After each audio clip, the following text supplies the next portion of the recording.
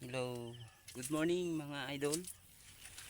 Update po tayo sa ating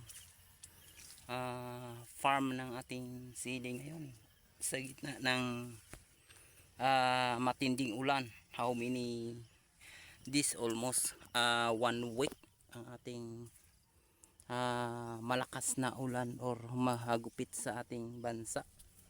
Ito naman talaga ang weather kapag December, November dito sa Visayas mga idol. Ito yung nagkaroon ng malakas na ulan. So thank you for hindi masyadong effective ang ating ulan sa ating tanim. Ano ba to doon? Maraming white fly ang ating siling labuyo. So tingnan natin na masyado troll. Kasi nakikita po natin maraming white fly yan yung white nga puti-puti nga ng lipad mga idol, yun ang white fly yan. So sobrang taba ng ating siling labuyo, lalo na kapag palaging umuulan mga idol. So mabuti nga dito kasi slanting area, medyo di masyadong area nga medyo hindi masyadong patag or slanting area mga idol. Delikado po ito kapag ito ay sobrang patag, kasi gumagawa itong stagnant water mga idol. So ito ay magandang area para sa ating sili, para sa ating pananim. So makita natin mga idol siksikan yung mga putot niya, pati na yung mga bulaklak niya, kasi ito ay parami ang kanyang mga bunga mga idol. Yun ayan yan mga idol.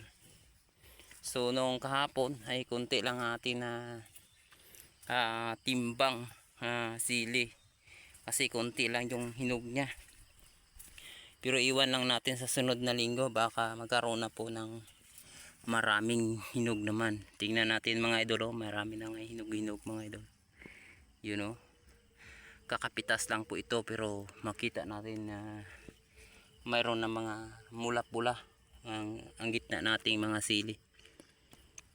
Sana bigyan tayo pang Christmas, kasi pamasko ay parang hindi tayo binigyan mga idol ng ating sili, kasi mahina pang harvest. Kasi alam nyo mga idol, kakaumpisa lang po ang ating harvesting, hindi pa po volume. Kasi makita natin ang sili natin nga produkto ay marami na pong bulaklak. Ito pa yung pagsimula niya, pag bunga nga marami mga idol.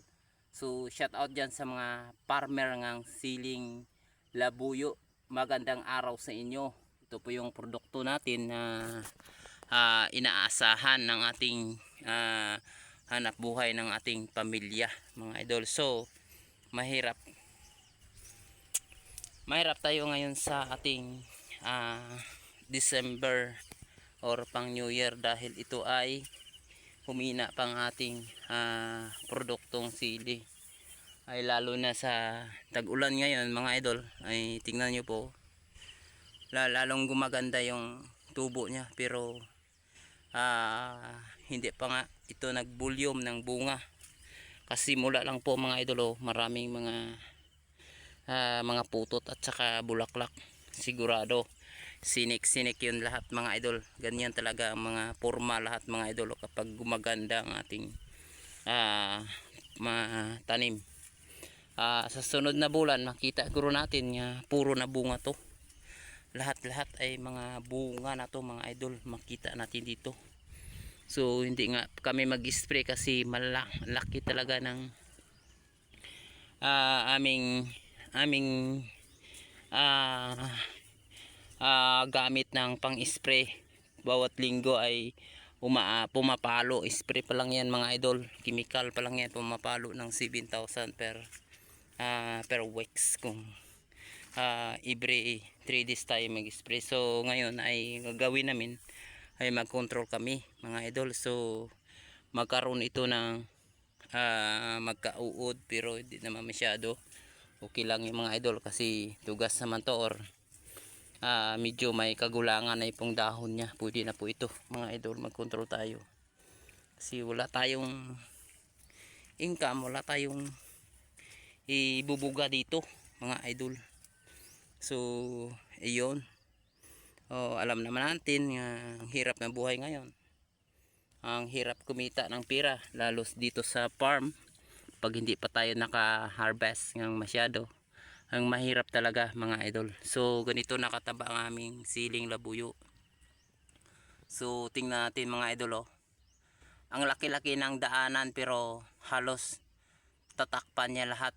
Sa mga stem niya abot na po, lamano na po yan mga dahon, mga sanga at dahon niya mga idol, dahil sa taba mga idol. So ang laki nitong space sa ating almost isagado pa to, pero halos tatakpan niya mga idol. So magandang araw, ang God bless mga idol. Thank you very much.